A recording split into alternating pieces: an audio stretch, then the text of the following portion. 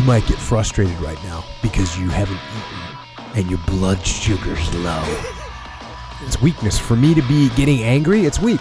For me to be complaining because I'm on a tail end of a 72-hour fast, that's just weakness. I'm not going to complain.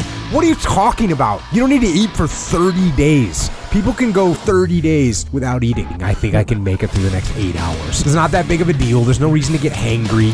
That's just an excuse. Don't do it. Carry on. Don't express yourself. Yeah. Keep your emotions in. Keep it on the in and act like a winner. Don't let ever it make let other people see you be all pathetic like that. Yeah. Just be like, oh yeah, I haven't eaten in 4 days. Whatever. Whatever. You know what? No, did you hear this joke? You know what I mean? Just, hey, I haven't eaten in 6 days. Yeah. No big deal. I'm going to go train jiu-jitsu. Oh, what are you doing? Sitting around being weak? It's an excuse. That's how it is for them, kind of thing. Please forgive me, I'm hangry. Stifle your emotions inside. You know, they say, like, if you get, like, emotions, you gotta, like, let it out, punch a pill or whatever. Yeah. I guess, as it turns out, that's not true. No. Because if you internally, you know how you say stifle them? Well, the reason I kind of say that with sarcasm is because they say, oh, you gotta let your emotions out. You gotta let your emotions out. If you gotta cry, cry. And I understand where that's coming from. And you can get to a point as a person, if there's something that's really traumatic that's happening and all you do is hold it in. And I've seen guys get destroyed over that because they're not expressing the emotions that they have. But that's at a big level. At a daily level, no, you don't express those things. You keep them inside. That's why I say it like that. Like, I'm being kind of sarcastic, but at the same time, I'm being serious. Don't let your emotions out and into the world. Keep them for yourself. Own them. Don't share them with other people if you don't have to.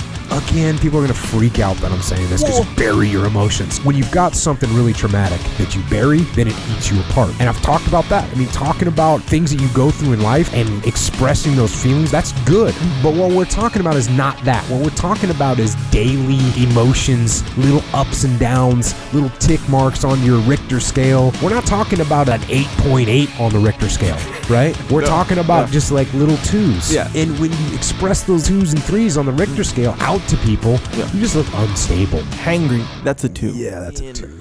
Stifle your emotions. But it's not really, it is stifling them. It is. But oftentimes, expressing your emotions to the world doesn't improve your situation or your position at all. In fact, I would say that most of the time, expressing your emotions to the world sets you back. And that is why I vote in many cases to stifle your emotions. Keep them in. Yeah. Don't let other people see. You put your emotional cards on the table. Now you can't gamble anymore. You're not in the game anymore. The person knows what's going on. You're giving it to them. You're not going to know what I'm thinking. You're going to think everything's cool with me. Yeah. We're training jiu-jitsu. If I'm getting frustrated and I show that to you, what does that do? You just go level up. You think, oh my God, he's frustrated right now. I'm working. This is working against him. If I'm just saying the same face all the time, which is what I do primarily, hey, same face all the time, moving the same way. When you get me to react to something good, recognize the urgency. Yeah, you say, oh, I recognize a little urgency there. And I always go, damn.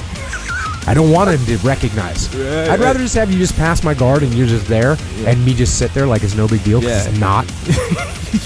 Then me get all panicky where then you level up a little bit.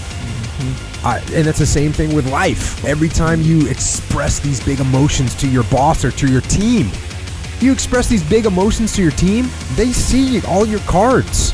Don't let them see all your cards. People think, oh, transparency. We hear that all the time these days. Transparency. You got to be transparent. No, actually you don't. You don't have to be transparent all the time. You have to win the game.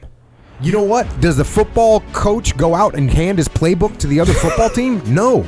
He's got to win the game, and that's not how you win the game. If what I'm doing is keeping my calm so that instead of escalating an argument with you, I'm getting you to see it from my perspective just by remaining calm, that's what we're talking about here. Stifle your emotions at all times.